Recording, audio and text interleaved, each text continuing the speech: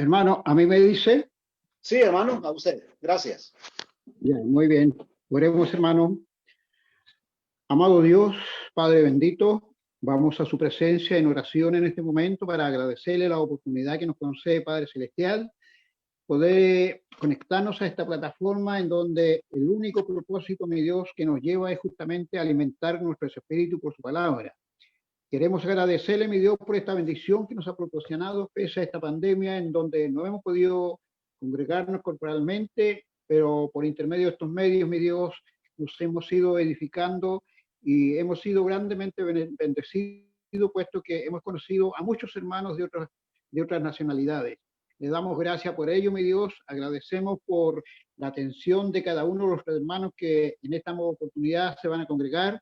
Rogamos que le conceda en su misericordia toda la sabiduría que sea posible a cada uno de nuestros hermanos, que son los que van a llevar este tema en este día, y a cada uno de nosotros también despeje nuestras mentes, mi Dios, para poder entender y en lo posible, Padre Celestial, si tenemos alguna consulta por hacer, que podamos hacerla para poder aprender más de usted. Le damos gracias, Padre Celestial, oramos en este momento a su presencia, siempre por intermedio de su amado Hijo Jesús, nuestro amado Salvador. Amén. Amén. Muy bien. Corre tiempo, hermano Néstor, hermano Nazario, hermano Oscar. Háblenos de Dios, por favor. Gracias.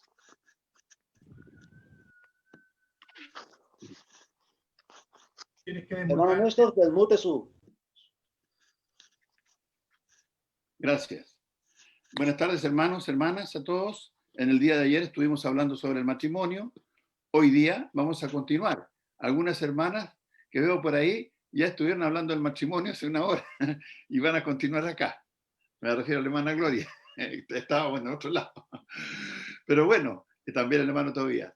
El asunto es que estábamos conversando acerca de las posiciones distintas que hay muchas veces en cuanto al matrimonio. Y hay una posición que algunos hermanos en Cristo, no estoy hablando, digamos, cosas que no se ven, sino que, como expliqué ayer, conozco muy de cerca y todo, tienen la idea que hay ciertos textos en la Biblia que no se aplican a la gente que no es convertida, a los inconversos. Y entre esos textos está el capítulo 19 del libro de Mateo, verso 9, y el capítulo 5, verso 32. Entonces estuvimos conversando que el punto aquí tiene que ver literalmente con lo que Dios dice el capítulo 19 de Mateo, verso 9, y yo os digo que cualquiera que repudia a su mujer salvo por causa de fornicación y se casa con otra, adultera, y el que se casa con la repudiada, adultera. Hay una serie de problemas que uno conoce en el mundo entero, ¿ya? Por bendición de Dios me ha tocado viajar a muchos países y entre estos Perú y Cuba, como diríamos en Chile, la llevan. ¿Por qué? Porque dentro de las iglesias de Cristo hay muchos miembros que están casados una, dos y tres veces y que luego llegan a bautizarse y ya se sienten que están dentro del reino de Dios y que todo lo que quedó pasado en el momento del bautismo y que si vienen con alguna pareja, digamos, o algún matrimonio que no esté legítimamente valorado por Dios, pues bien, en ese momento del bautismo todo quedó atrás y pueden seguir con la misma condición que traían. Yo expongo mi idea de que si el adulterio es un pecado, entonces yo tengo que deshacerme del pecado para poder recibir el perdón. Tengo que tomar la determinación sincera y firme en mi corazón, en mi mente, de no volver a pecar. Y entonces hay pecados, como decía yo ayer, de los cuales uno se puede, digamos, deshacerse, como por ejemplo explicaba, si yo tomo el celular de una persona y lo robo, entonces la muestra de mi arrepentimiento es que yo voy a devolver ese celular. ¿Ya? Hay otras muestras de arrepentimiento que no pueden ser así tan tangibles como, por ejemplo, si se mata a una persona. No le puedo devolver la vida. Pero hay casos en que sí se puede hacer. Y yo creo que el caso del adulterio sí se puede hacer. Hay personas que ponen algunas preguntas, como decía el hermano Richard también, ¿ya? Y otros hermanos, ¿ya? Dicen, bueno, ¿qué pasa cuando dos personas han formado una familia? Y claro está que venían mal casadas porque algunas ya habían sido casadas antes, se habían separado por causas que no son las que la palabra de Dios enseña, y luego cuando llegan al bautismo, se bautizan y están dentro de la iglesia y se dan cuenta que están mal casados, que no corresponde a la situación que están viviendo. ¿Y qué pasa con los hijos? ¿Qué pasa con esa familia que se divide? ¿Cómo se puede dividir una familia? Si Dios es pro familia, porque la familia es la base de la sociedad. Y una sociedad que tiene una familia estable, sólida, es también una sociedad sólida. Entonces, ahí están todas estas cosas que a veces se apela más a los sentimientos, se apela más a las emociones que a lo que la doctrina enseña. Entonces, de eso hemos estado hablando y vamos a continuar ahora conversando sobre esto, hermano Tobías. Sí, buenas tardes, hermanos.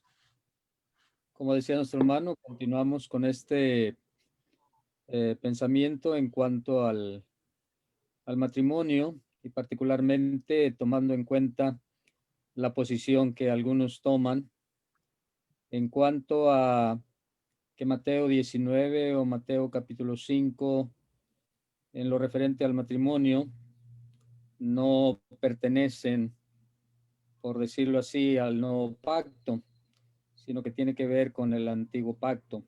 O desde otro punto de vista, considerando que si la persona no está dentro del pacto, es decir, ahora mismo, si no ha venido a Cristo, no está en el pacto o en pacto con Dios, pues esos textos no aplican a su vida antes de venir a este pacto. Lo que ayer yo mencionaba y mencionamos aquí, no solamente su servidor, sino los hermanos que estamos en esta lección o considerando esta lección, que el matrimonio en el plan de Dios no contempla el divorcio. Y de hecho, cuando leemos Mateo capítulo 19, lo que Jesús está enseñando aquí es el plan original en cuanto al matrimonio. Y lo que él expresa es que lo que Dios juntó no lo separe el hombre. En este plan, en el plan de Dios para el matrimonio, para la humanidad, porque no es para un pueblo, no es para una nación, lo estableció desde el principio. El propósito de Dios para el matrimonio, pues es la autoridad suprema en este contexto.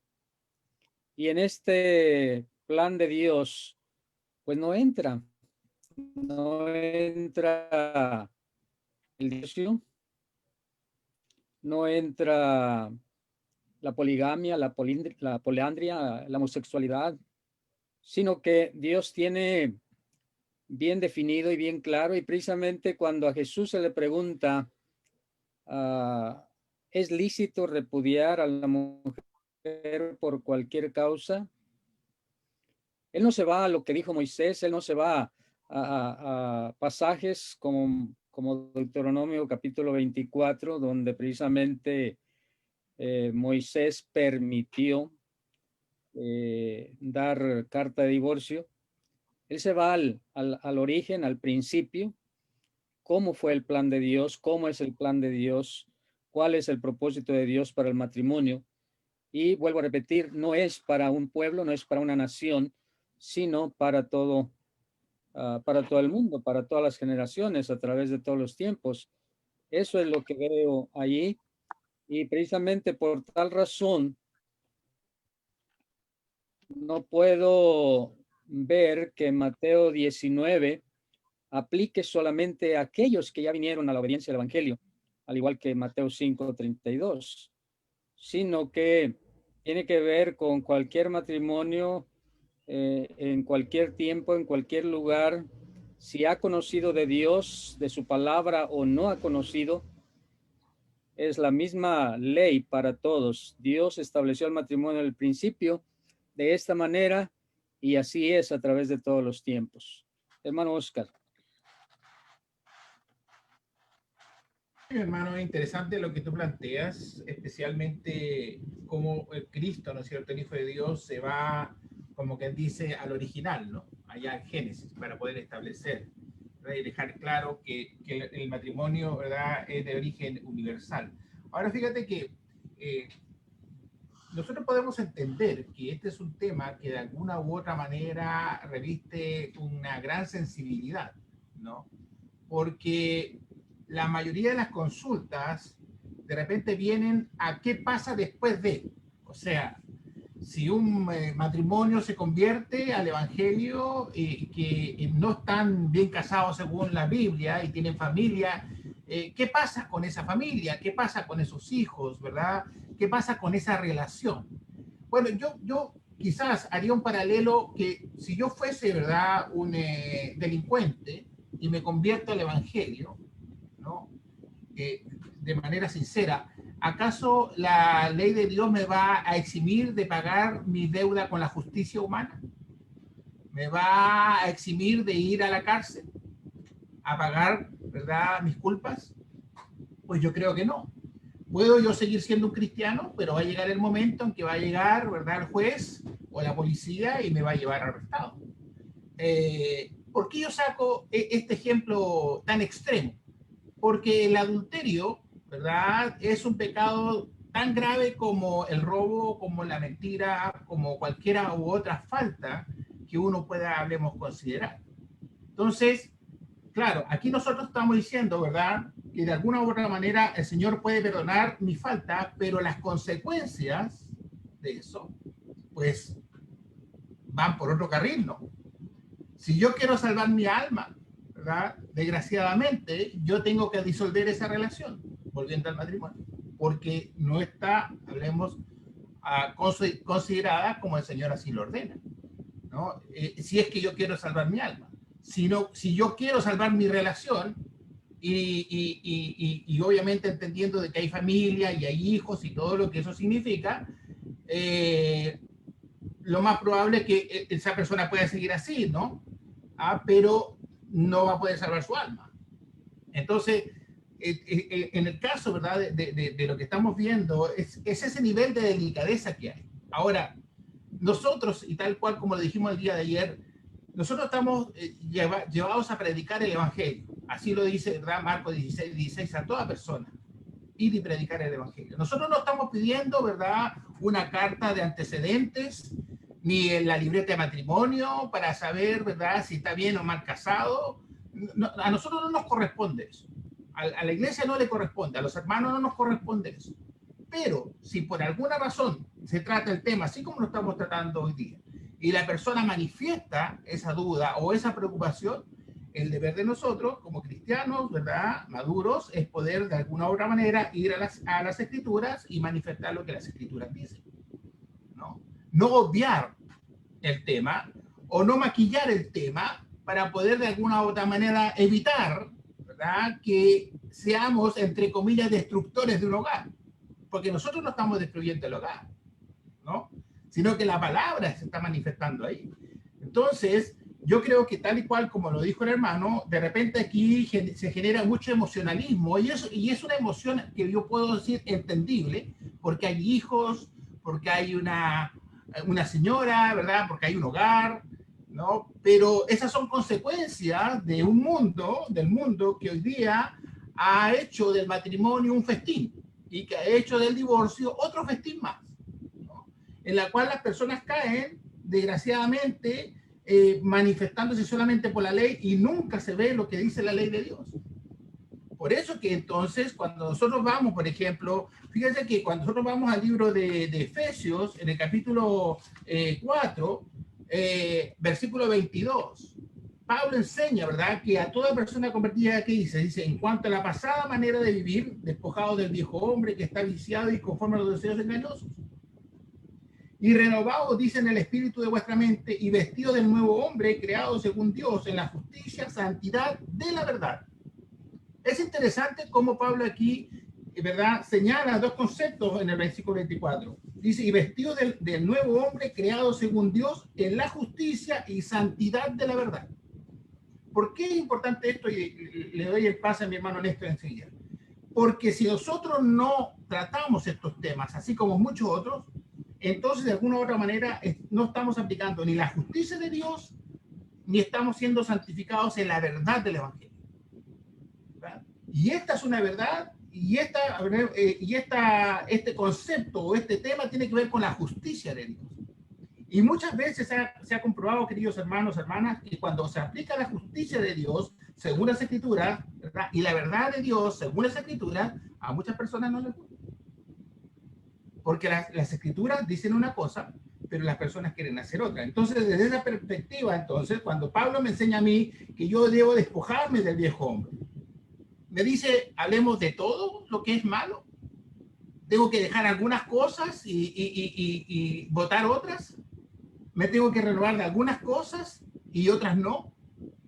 Porque yo de repente siento, hermano Néstor, que cuando se manifiesta este tipo de manipulación con el matrimonio, vuelvo a reiterar que se pretende como que separemos ciertas cosas, ¿no? Es decir, el matrimonio y el adulterio ahí es distinto a hablar, por ejemplo, del pecado como el robo, como la mentira, ¿verdad?, etcétera, etcétera. Entonces, como que se empiezan a separar los conceptos de pecado, lo que yo no veo como la Biblia pueda justificar esa mentalidad.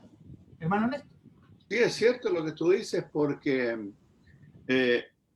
hay varios aspectos y varios temas en que la gente, y principalmente los que tienen que ver con la familia, con los hijos y todo eso, la gente cuando no tiene el recurso, digamos, bíblico, el recurso de la palabra de Dios para defender su postura, entonces acuden al emocionalismo. Ahora, como tú dijiste, y leías el texto, ¿ya? El de Efesios 4, 24, cuando dice, vestidos del nuevo hombre creado según Dios en la justicia y santidad de la verdad. La verdad tiene muchas funciones. Una función es liberar al hombre del pecado, y cuando se aplica la verdad en cuanto al matrimonio, si la persona está en adulterio, entonces puede la verdad liberarlo siempre que el hombre quiera ser liberado de eso. Ya, es así. La verdad purifica el alma, según Primera de Pedro, capítulo 1, verso 22. Dice que habéis purificado vuestras almas por la obediencia a la verdad. Si la verdad no se obedece, no hay alma pura. ¿No es así? Entonces, hay muchos efectos, pero hay una cosa que hace la verdad, que cuando se pone en práctica, a veces es dolorosa, como una inyección, pero es más eficaz que un remedio, que una pastilla. ¿Por qué? Porque trae sanidad más pronto.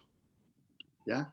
Entonces, yo mientras estaban ustedes hablando, me acordaba de este texto que está aquí en Esdras, ¿ya? Para los que, los hermanos y las personas que a veces pensamos que cómo va a ser esta cosa tan dolorosa, que se va a destruir una familia y que van a haber problemas con los hijos y todo. Dice el capítulo 10 de Esdras, lo voy a leer, ¿por qué?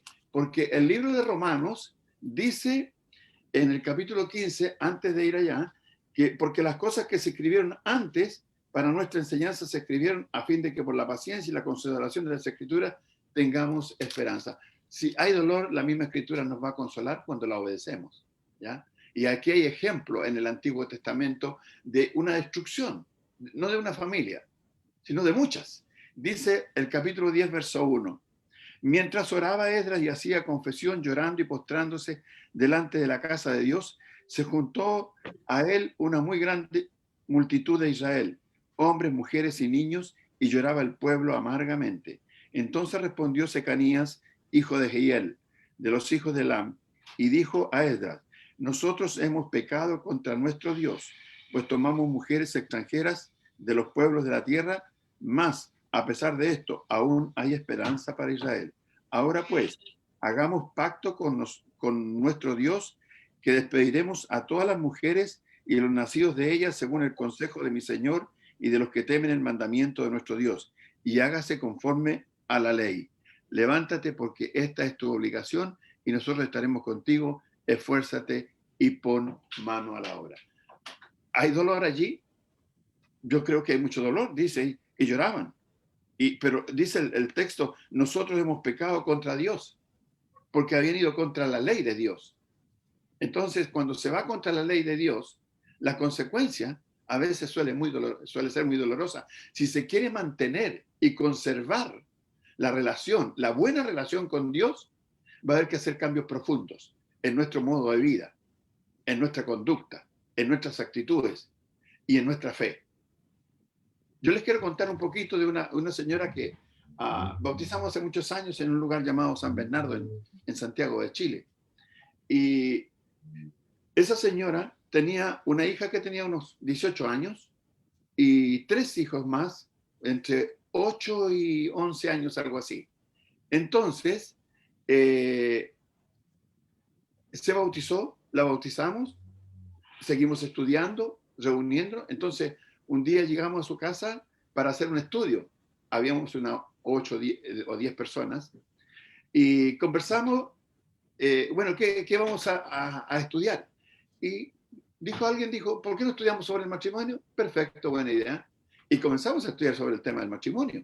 Y al principio esta hermana estaba muy animada, muy eufórica, tocando el tema del matrimonio y todas esas cosas. Pero poco a poco comenzó a decaer su semblante, y me acuerdo de Caín, ya cuando decayó su semblante. O sea, comenzó a apagarse. Es como esos monitos que le ponen una batería, una pila, y que se le empieza a agotar. Comenzó la señora. Terminó el estudio, yo salí a la calle porque hacía un calor tremendo adentro. Debajo de un árbol estaba cuando ella dice, hermano Néstor, yo tengo ese problema. ¿Cuál problema? Le digo, no ese que estaba diciendo usted allí adentro. Ah, le digo yo, ¿usted sabe lo que hay que hacer? Sí, me dice, yo sé, ya entendí bien, pero le quiero decir algo. Mi fe no me alcanza para tanto. Y se me quedó eso en la mente. Mi fe no me alcanza para tanto. Estos hombres que estaban aquí, delante de Dios, habían faltado a Dios.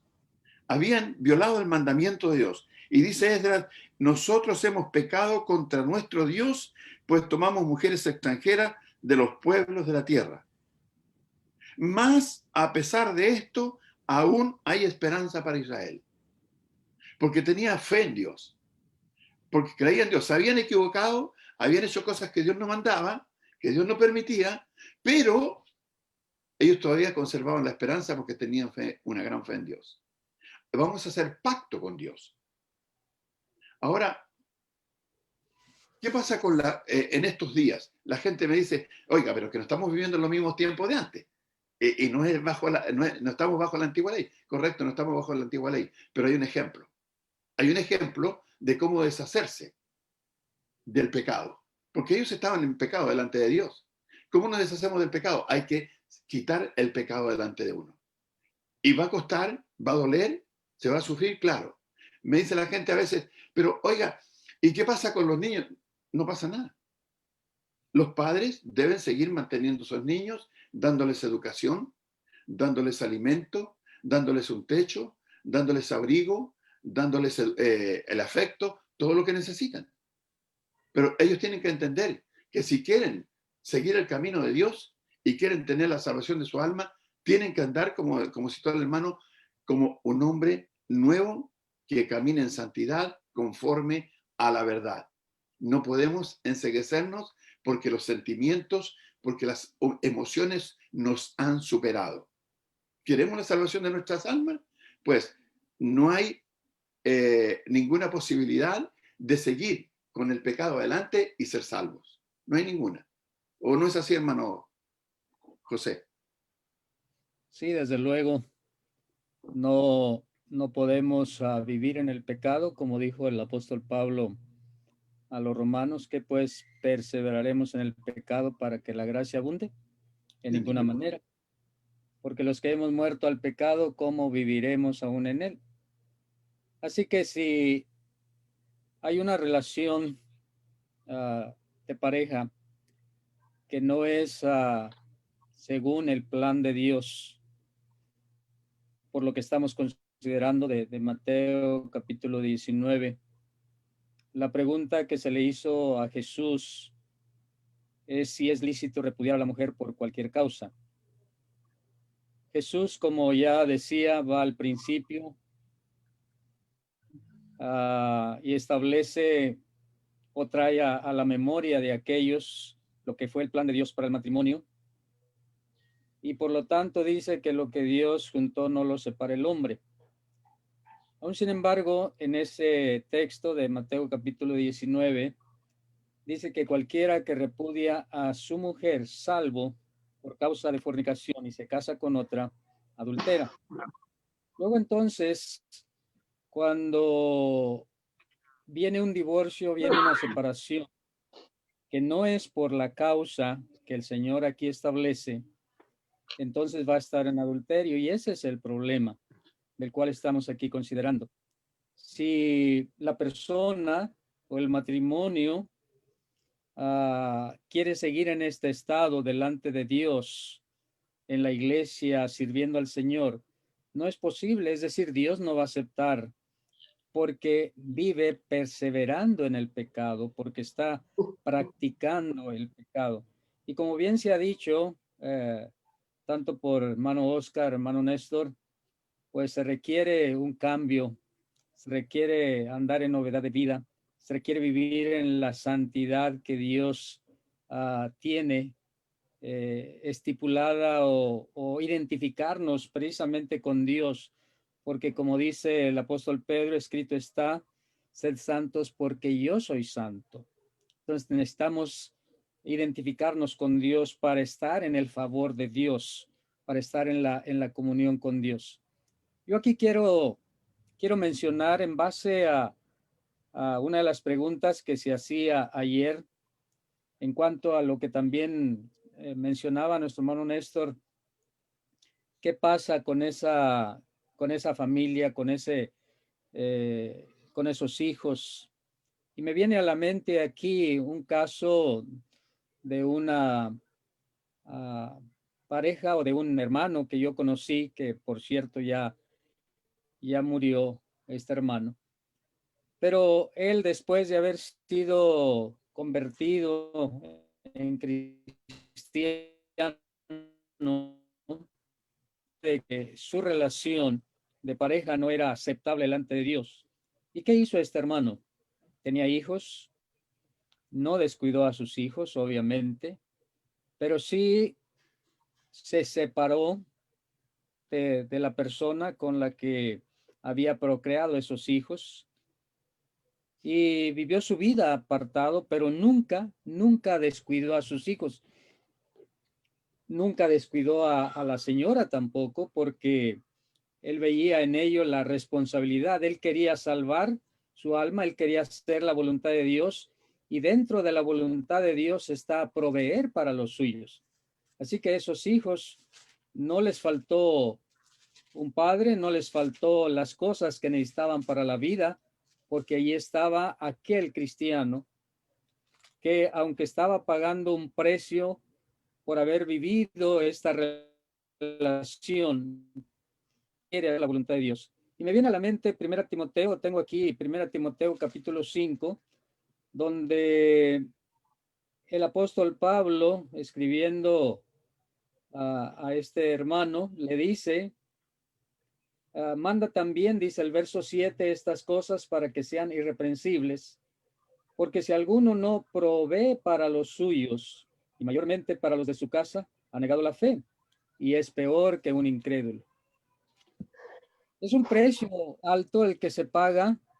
Es doloroso, como decías, hermano Néstor, cuando tiene que separarse de esta pareja, porque quizás han llevado 15, 20, 30 años viviendo como matrimonio, pero si quiere hacer la voluntad de Dios, quiere salvar su alma y quiere inclusive salvar en este sentido de mostrarle a sus hijos la verdad, de enseñarle a sus hijos la verdad de Dios, pues sufre las consecuencias, pero nunca se va a desobligar, nunca va a olvidar su responsabilidad, porque hacer la voluntad de Dios en cuanto a dejar esta relación es algo que Dios espera, pero ver por esa familia es algo que también Dios espera. Y claro, si quiere hacer la voluntad en el caso de Dios de separarse de esta persona, pues también va a ser la voluntad en el caso de ser responsable de esta familia. Así que no se trata de que, como decía nuestro hermano Oscar, nosotros querramos destruir hogares. Simplemente estamos viendo lo que dice la Escritura. Si hay una relación que no es correcta delante de Dios, pues tiene que dejarse. El nuevo hombre, la relación con Dios no permite ese tipo de relación. Así que, como dijo el Señor, si alguno quiere venir en pos de mí, niéguese a sí mismo, tome su cruz cada día y sígame. Y la cruz implica sufrimiento, la cruz implica dolor, venga de cualquier índole que sea, por cualquier medio que sea, a veces la consecuencia misma de lo que ha sido nuestro pecado. Hermano Oscar. Bueno, yo creo que desde esa perspectiva, hermanos, estamos siendo bastante claros en cuanto al tema, pero fíjate que, hermano José y hermano Néstor, aparece también una situación, ¿no? Que en parte un hermano creo que preguntó ayer a través del Facebook. ¿Qué pasa cuando yo como marido, esposo, estoy bien casado, ¿no? No cumplo con mis deberes conyugales? Y provoco de alguna u otra manera, ¿verdad?, que mi esposa adultere. Y entonces cuando eso se provoca, entonces yo digo, es que yo me puedo divorciar porque ella adulteró, ¿verdad?, según lo que dice, ¿verdad?, Mateo. Fíjate que es tan importante esto porque ustedes saben que aquí existe también las malas intenciones y la manipulación de toda una serie de situaciones. Sin embargo, en la sabiduría de Dios, ¿verdad?, la palabra de Dios nos enseña a los esposos y a las esposas a cumplir con nuestro deber conyugal.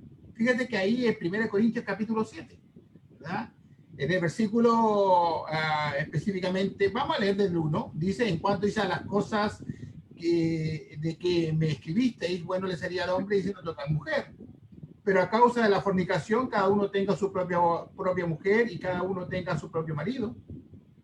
El marido cumpla con la mujer el deber conyugal y asimismo la mujer con el marido. La mujer no tiene potestad sobre su propio cuerpo, sino el marido, ni tampoco tiene el marido potestad sobre su propio cuerpo, sino la mujer. No os neguéis el uno al otro, a no ser por algún tiempo de mutuo consentimiento, para ocuparos sosegadamente en la oración y volver a juntaros en uno, para que no os tiente Satanás a causa de vuestra incontinencia. Fíjate por qué yo quiero mencionar esto. Porque de alguna u otra manera, cuando nosotros decimos que el matrimonio, ¿verdad?, es uno, ya no son dos personas, sino que es uno. El hombre y la mujer es un solo cuerpo. Se deben, ¿verdad?, responsabilidades entre ambos. Y una de estas responsabilidades tiene que ver, tal y cual como le enseña Pablo aquí, con el deber conyugal. El hombre tiene que cumplir con su señora y su esposa tiene que cumplir con su esposo, ¿verdad? Porque cuando esto no ocurre, y tal y cual lo está manifestando aquí Pablo, ¿verdad?, dice en el versículo 5, ¿verdad?, no os neguéis el uno al otro, a no ser por algún tiempo de mutuo consentimiento para ocupar en la oración y volver a juntaros, dice en 1, para que no os tiente Satanás a causa de vuestra incontinencia. Es interesante poder ver, ¿verdad?, que de alguna u otra manera muchas veces se caen en el adulterio o la fornicación por el incumplimiento conyugal de una de las partes. Y ahí entonces empieza la manipulación nuevamente de los textos, que él no cumplió, que ella no cumplió, ¿verdad? Por eso entonces aquí tal y cual como Pablo dice, entonces yo caí, ¿verdad?, en la tentación de Satanás, pero porque ella, etcétera, etcétera, etcétera, etcétera. Entonces, de alguna u otra manera, ¿cuál es el objetivo? el matrimonio, ¿verdad? Para que pueda de alguna otra manera evitar caer en fornicación, la responsabilidad depende tanto del hombre como de la mujer. ¿Verdad? Ambos se deben, hablemos responsabilidad, ambos se deben cuidado, ambos se deben, ¿verdad?, el cumplimiento de su deber conyugal. Y por esa razón, muchas veces cuando nosotros hablamos de divorcio, ¿no es cierto?, no todos los divorcios son iguales. No todos los divorcios son iguales. Porque siempre hay situaciones en las cuales hay una manipulación. Yo me acuerdo una vez, ¿verdad? Mi hermano, que es hermano en Cristo y también es hermano en sangre, familia, hablemos, en una conversación con una situación así apareció esta situación donde eran cristianos, ¿verdad? Y el hermanito, hablemos, se iba por largo tiempo de la casa, dejando, hablemos, a la familia, dejando a la señora y así, ¿verdad? Y mantuvo esa situación, hablemos, de manera casi, ¿cómo le podríamos decir? Casi con una premeditación, es decir, con falta de cumplimiento de lo que hablemos, dice aquí la palabra. Bueno, el resultado fue que efectivamente ella cayó en adulterio. Y cuando él se dio cuenta de eso, pues inmediatamente la denunció a la iglesia. No, ella me falló, cayó en adulterio. No quiere decir que esa situación a ella la exima del pecado, ¿no es cierto? Ella cayó en adulterio, pecó, efectivamente. Pero ¿quién está llevando al pecado también? ¿Quién está provocando? No sé si me entienden ustedes en la figura, ¿verdad? Entonces, de alguna u otra manera, hermano, cuando nosotros estamos hablando de estos temas del matrimonio, del divorcio, del deber tanto del hombre de la mujer como de la mujer del hombre, hay una serie de resquicios carnales que muchas veces los maridos o las esposas provocan para poder romper, ¿no es cierto?, una relación o un pacto y poder de alguna u otra manera justificarse para tener otro. ¿Cierto? Entonces, desde esa perspectiva, es delicada la situación. Hablemos de alguna u otra manera también, nos obliga a tener claro la profundidad de los temas. Porque tal y cual como lo enseña aquí Pablo, y tal y cual como se manejan muchas veces las situaciones, ¿verdad? Siempre hay una víctima, ¿verdad? Siempre hay una víctima cuando hay una provocación. Y desde esa perspectiva, entonces, por eso es que Pablo ordena y nos aclara a todos los que somos casados hoy día, que somos la mayoría de los que estamos aquí, si no es que todos, ¿verdad?, que nosotros tenemos un deber. Yo como esposo tengo un deber conyugal con mi esposa.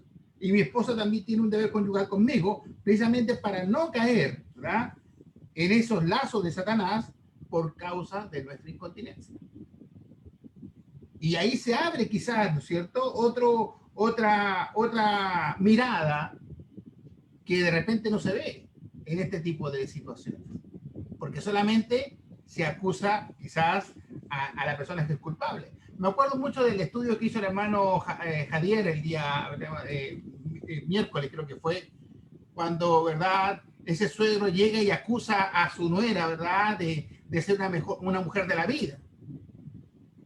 Y tenían que matarla y quemarla. Sin embargo, él mismo había caído, ¿no es cierto?, en el pecado porque ese hijo que tenía su nuera era de él. Entonces, la justicia y la injusticia nuevamente, la provocación. Bueno, yo creo que el Espíritu Santo ayudó a Pablo, ¿verdad?, como autor de las Escrituras, a no dejar nada en el medio, ¿verdad?, para poder de alguna u otra manera darle rienda suelta, quizás, a mis malas intenciones. Por eso que yo sigo pensando que el matrimonio es un pacto de gente seria. No es solamente emoción, sino también es racional. Si yo me quiero casar, yo tengo que saber qué es lo que significa el matrimonio, ¿verdad? ¿Qué de alguna u otra manera responsabilidades tengo frente a Dios y frente a mi pareja, a mi señora, en el matrimonio? Para no caer después en esas situaciones que me lleve de repente a lo que es la fornicación o el pecado, que es lo que no se enseña hoy día en el mundo. Y por eso es que tenemos hoy día tantos problemas, hablemos con el tema del divorcio. Hermano Néstor. Bueno, el hermano José citó un texto de Primera de Pedro que dice: ser santos porque yo soy santo. el capítulo 1, verso 15. Luego dice, sino como aquel que os llamó es santo, sed también vosotros santos en algunas cosas. Es lo que dice el texto, ¿verdad? No. ¿En cuáles cosas vamos a elegir para ser santos?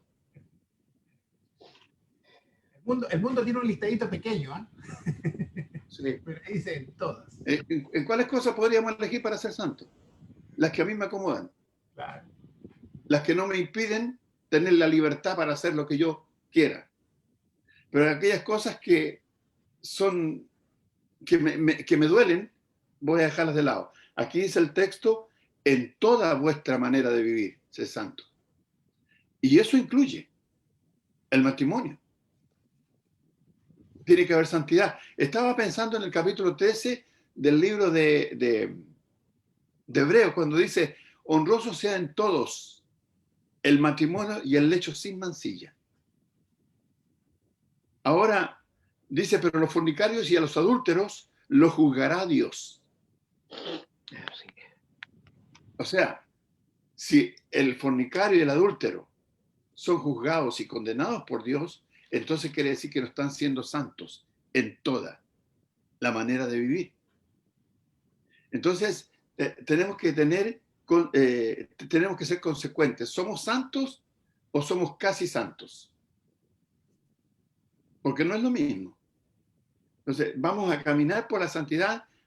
Se me acaba de venir a la mente el capítulo 12 del libro de, verso 14 del libro de Hebreo, cuando dice, seguir la paz con todos y la santidad, sin la cual nadie verá al Señor. Si uno no es santo, no va a ver al Señor.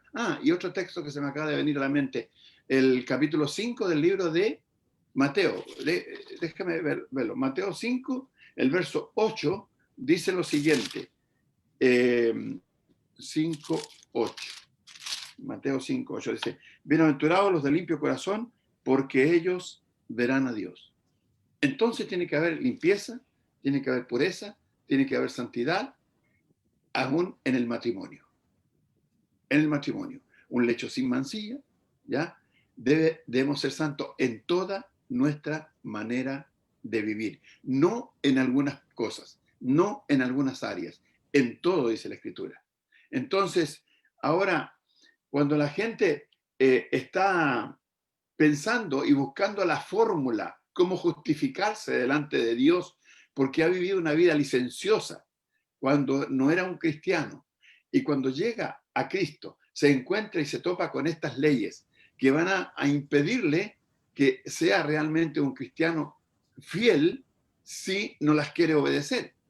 Entonces quiere buscar las formas, los modos para deshacerse de esas leyes. No, las leyes están ahí. La ley de Dios está allí y debe ser obedecida al 100%, no un buen porcentaje. No somos santos a medias, sino en la totalidad de nuestra vida. Tenemos que trabajar, tenemos que esforzarnos. El hermano hablaba, decía que el que quiere seguirme, pues que tome su cruz y me siga. ¿Qué significa? Dolor, sufrimiento y renunciar a muchas cosas que no nos hacen tener una buena relación, una buena comunión con Dios. Si yo era mentiroso, tengo que renunciar a la mentira. Si era ladrón, tengo que renunciar a ser ladrón. Si era fornicario, renunciar a los fornicarios. Si era adúltero, renunciar al adulterio. Pero Dios no va a purificar el pecado y no va a limpiarlo si la persona no se deshace del pecado. No crea que porque nos metimos al agua se ahorraron todos los pecados pasados, claro, pero si todavía seguimos practicando uno, ¿también se borró? No, no se ha borrado. No es borrado. Entonces, hay un concepto, hay una larga lista de cosas que podríamos considerar y tomar en cuenta en cuanto a las personas que tratan de torcerle la mano a Dios en en estos textos. Algunos dicen que la fornicación, ¿ya? Y el divorcio o el adulterio disuelven el matrimonio original. Entonces, como está disuelto, pues bien, ya no hay nada que perder y ahora estamos libres y vamos a seguir haciendo lo que queramos hacer. Otros dicen que Cristo y sus apóstoles nos enseñan que el arrepentimiento requiere que se disuelvan las relaciones matrimoniales. Eso es lo que dice. Y otros dicen que muchos son ignorantes de la enseñanza de Cristo y por eso no sería justo aplicar esta enseñanza a ellos. Ah, claro. Yo no sabía que esta enseñanza era así. No sabía que tenía que hacerlo. Entonces, ¿cómo se me va a aplicar a mí? Cuando uno va por la vida y va por la calle y va conduciendo un vehículo en un país extranjero y yo no conozco las leyes del país y rompo una ley, quiebro, traspaso una ley, viene la justicia o el policía y me va a aplicar la ley. Yo digo, no, pero señor, pero es que yo no tenía idea. Yo no sabía. Como yo no soy de acá, de este país, entonces no conozco las leyes aquí, entonces no tomo el vehículo para manejar hasta mientras no aprenda las leyes. Y es lo que uno tiene que hacer. Tiene que estudiar y aprender. Y cuando aprende la ley, tiene que ponerla en práctica, porque no basta con conocerla, sino también con aplicarla a su vida. Por eso, hoy día hay muchas formas, hay muchos métodos que el hombre ha ido inventando, ha ido creando ideas y pensamientos que van buscando en alguna manera, en alguna medida, saltar la ley de Dios respecto al matrimonio. Y también, lamentablemente, hay hermanos en Cristo que han apoyado esto, dándole una interpretación torcida a ciertos textos. Comenzó el hermano José diciendo, no, el Señor no se detuvo en lo que hizo Moisés. ¿Dónde fue? Fue al principio. Fue al principio. Y en el principio no fue así, como lo hizo Moisés. Y hoy día tenemos que vivir de acuerdo al principio. No estamos bajo la ley de Moisés. Tenemos que vivir bajo la ley de Cristo. Entonces es necesario que tengamos en cuenta estas cosas. Hermano José. Por todo esto, hermano, que estamos considerando, y precisamente lo que decías hace un momento, que tenemos que vivir bajo la ley de Cristo, a mí me llama la atención lo que dice el Señor precisamente ahí en Mateo, en el capítulo 19, cuando leemos en el versículo 10, dice que le dije sus discípulos, si es así la condición del hombre con su mujer, no conviene casarse. Los discípulos aquí vemos que entendieron que no hay libertad para el divorcio, que el matrimonio en este caso solamente termina, digámoslo así, con la muerte o con la infidelidad de alguno de los cónyuges. Por lo tanto, ellos llegan a una conclusión: si esta es la situación y no puede deshacerse, digamos, o separarse por cualquier causa, entonces no conviene casarse. Parece que los discípulos estaban con la idea esos días, ¿verdad?, de que podían divorciarse, separarse, repudiar a la mujer por cualquier causa. Pero lo que vemos aquí entonces, hermanos, es que el matrimonio es algo muy serio, es cosa seria con la cual no podemos jugar, no podemos manipular, tenemos que ir a lo que dice la Escritura. Y una de las cosas que yo veo aquí, si vamos a Mateo al capítulo 5, al igual que aquí en Mateo capítulo 19, el versículo 9 dice Jesús, y yo os digo, ese yo os digo que también tenemos en el capítulo,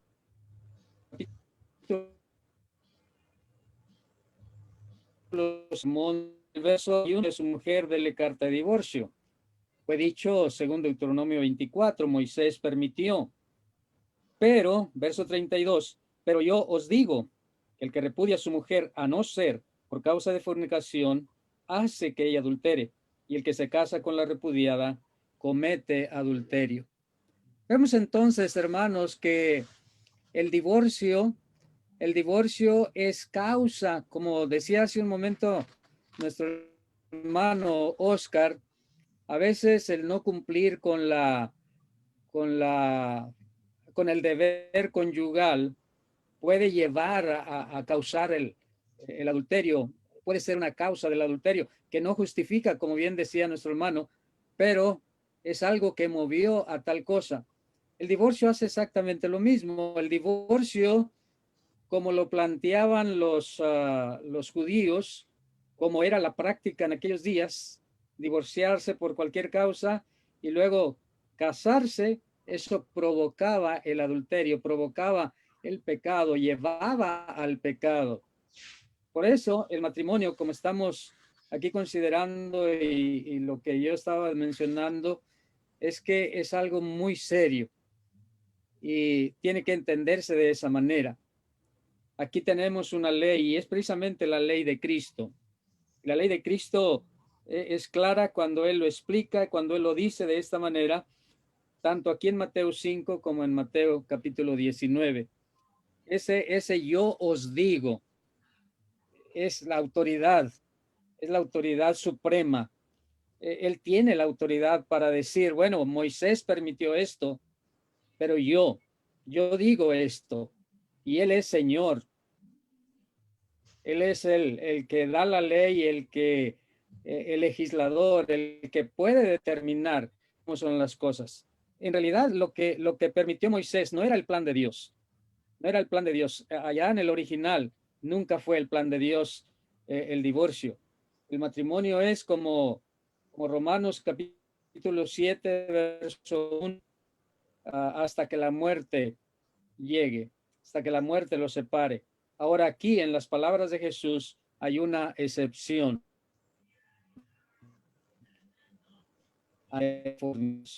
Entonces, en el matrimonio, qué serio, qué equidad. No es para un tiempo, no es hasta que nos llevemos bien, no es hasta que me parezca matrimonio, sino que si yo provoco, como estaba mencionando el hermano Oscar, si yo provoco la infidelidad, pues Dios también me va a pedir cuenta a mí de esa situación. Hermano Oscar.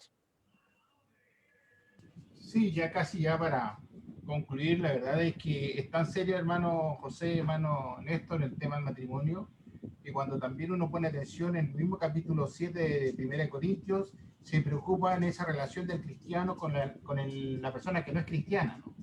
Es decir, ¿por qué es importante eso? Fíjate, porque yo he sabido de personas cristianas, o sea, personas de jóvenes matrimonio, que una de las partes se convierte a una religión evangélica y el pastor provoca el divorcio porque el otro no se quiere convertir. Entonces, ellos dicen, no, como una de las partes no está, hablemos convertida, entonces Dios autoriza a que se separe.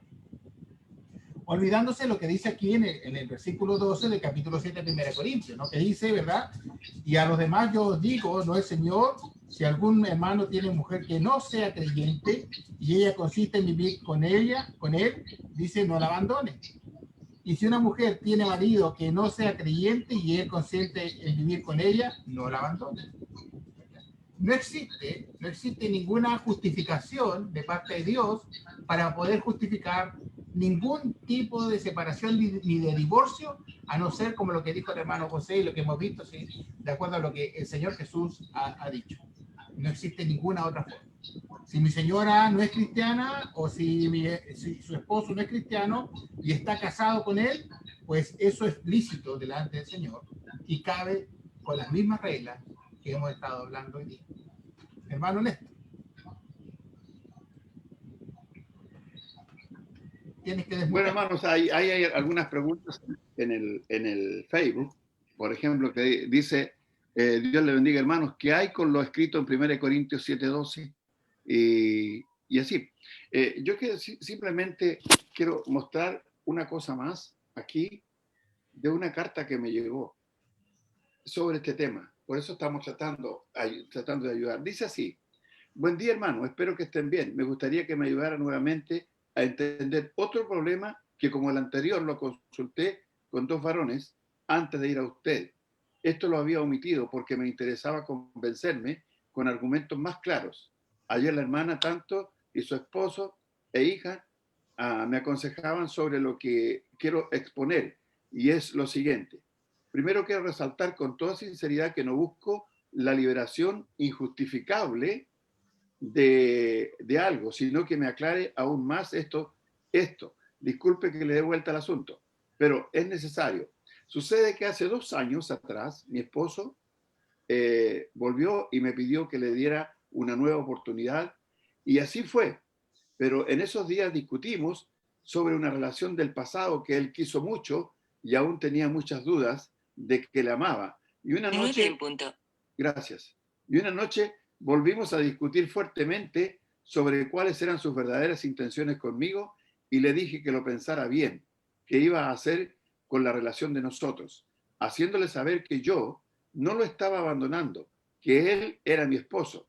Entonces me dijo que lo iba a pensar, y se fue a los pocos días, y se fue. A los pocos días lo mandé a buscar para definir las cosas y no vino. Al tiempo se casó con otra, pero sin romper conmigo, pues yo lo dejé así hasta el día de hoy, y quisiera saber cómo quedo yo, si atada o libre. Yo tengo mi propio convencimiento, pero quisiera que usted juzgara este caso. Por favor, sé que esto es un asunto personal, pero deseo que me ayude una vez más. Si necesita más detalles, pues hágamelo saber, lo más importante, etcétera, etcétera. Me escribió otra carta la hermana sobre el asunto y le dio más vuelta al problema. Este es un problema que existe casi en mucha gente. Y esta persona es cristiana. Y hay muchos casos de personas que están dentro de la iglesia y que tienen tremendos problemas con el matrimonio. Por eso creo que es esencial tocar un poco más, porque no hemos tocado todo sobre el matrimonio, ¿ya? Porque eso es una cuestión muy sensible en muchas partes. Por eso, como ya se llegó la hora y el hermano todavía me avisó que tenía que irse temprano, porque iba a volar hasta, no sé, hasta Colombia creo que va volando, ¿ya? Y vamos a dejar hasta aquí por hoy día. Me despido. ¿Sí? Entonces, nos vemos si quiere. Sí, hermano. Que Dios te bendiga. Gracias Dios, por hermano la Tobías. cooperación. ¿Ya? Hermano José Fariña, por favor. Muy bien, hermano. Muchas gracias, hermano José Tobías. Gracias, hermano Oscar, y gracias, hermano Néstor Sánchez, por este tema tan delicado, no para explicarse, no, sino para que muchos hombres y mujeres lo entiendan hoy en día. Vamos a concluir con una oración, y luego vamos a dejar al hermano Néstor para que nos hable de quiénes, qué preguntas hay, qué comentarios hay, quiénes se han conectado con nosotros en esta tarde en el Facebook Live. Vamos a pedir, por favor, al hermano Marcelo Tolosa, que está por ahí, que nos dirija en palabras de oración para concluir la lección de esta tarde noche.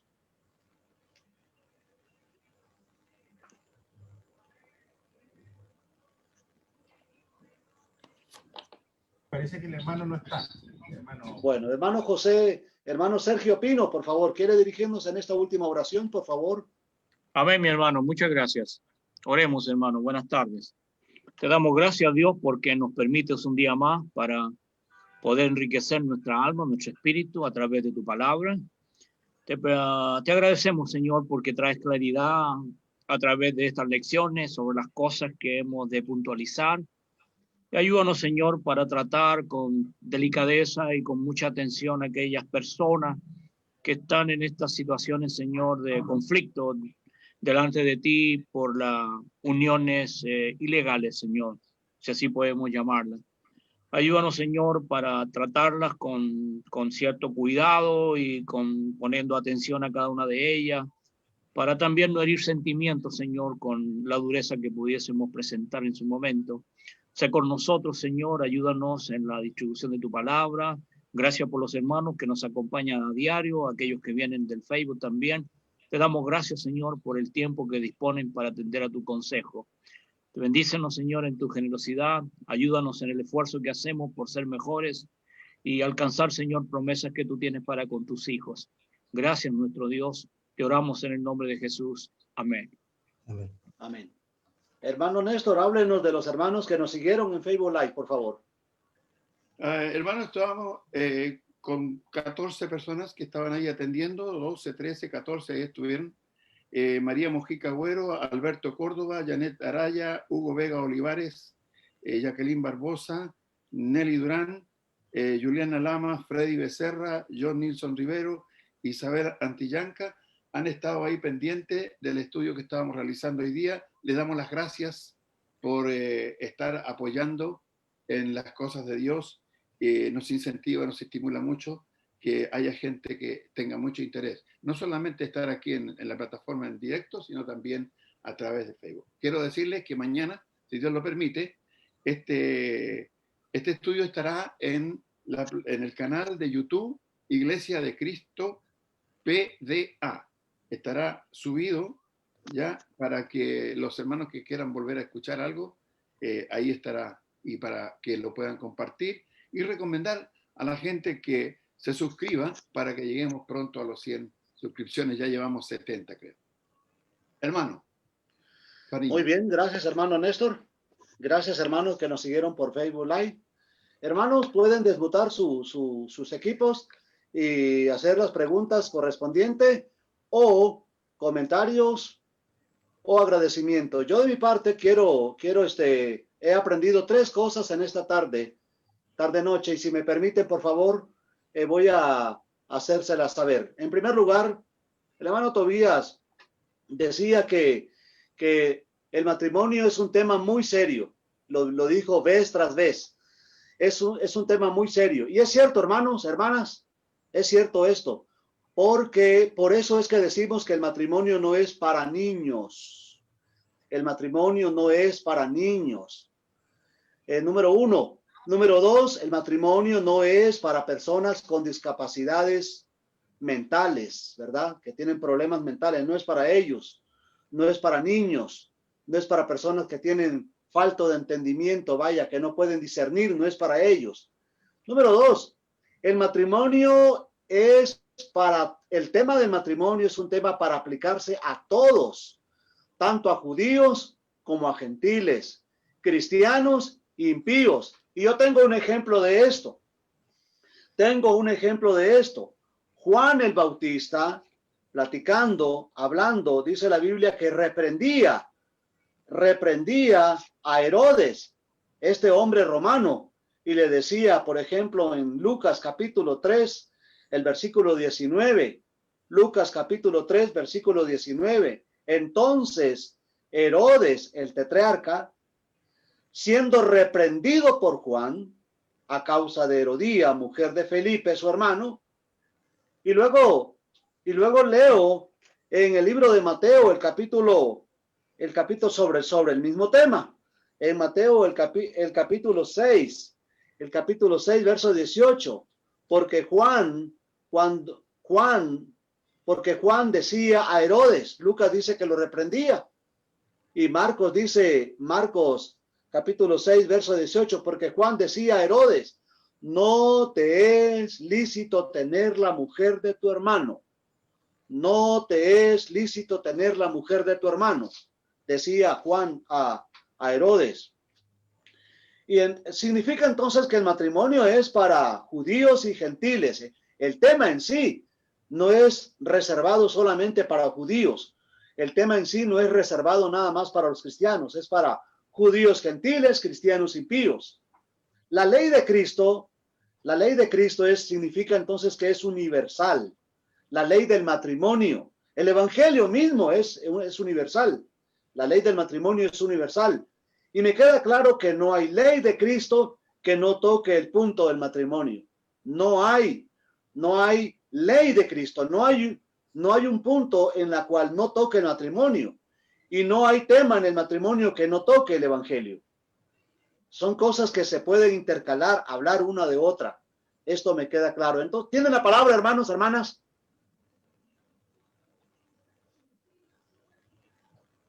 ¿Tienen la palabra, hermanos? Levanten sus manitas.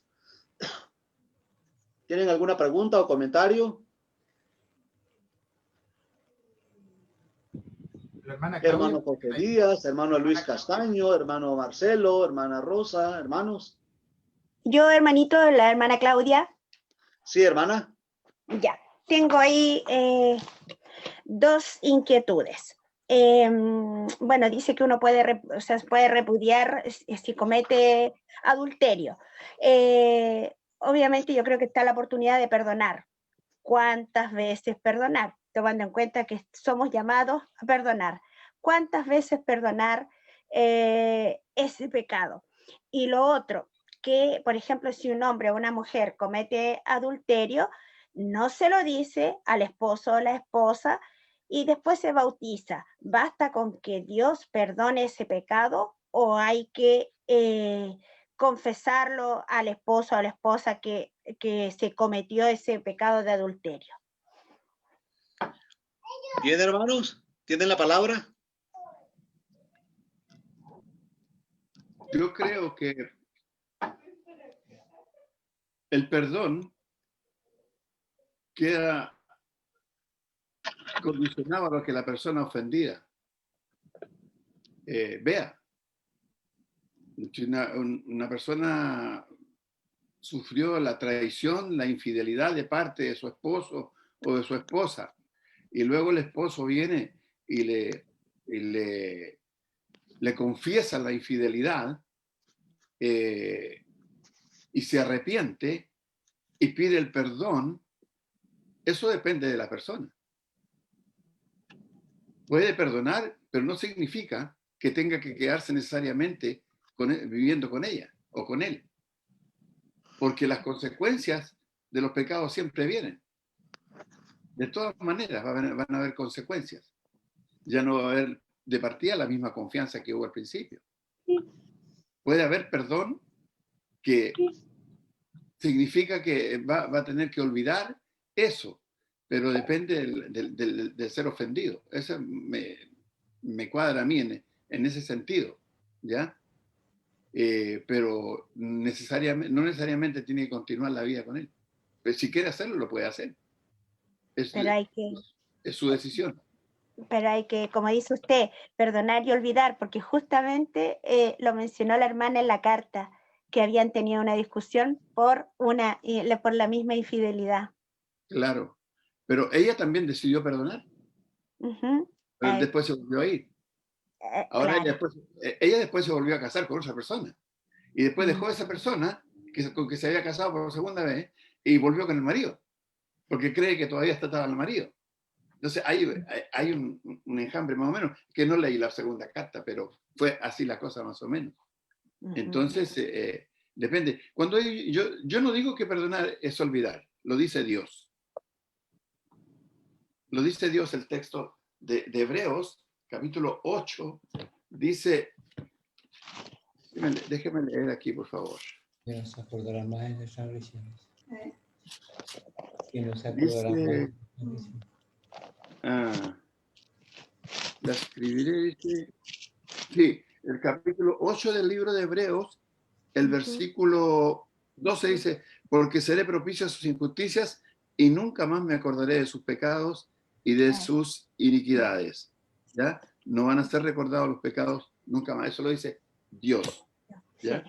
Entonces, el perdón creo que tiene que ir asociado con eso, con el olvido. Hay personas que dicen, te perdono, pero nunca me voy a olvidar de lo que me hiciste. ¿Sí? Así Es como común eso, ¿no? Que dicen, te perdono, pero nunca más me voy a olvidar de lo que me hiciste. Y luego viven, como no sé si en otras partes lo dicen, echándoselo en cara a la persona, recordándoselo. Entonces, yo creo que ahí no hay perdón. Pero como le digo, es una cuestión personal.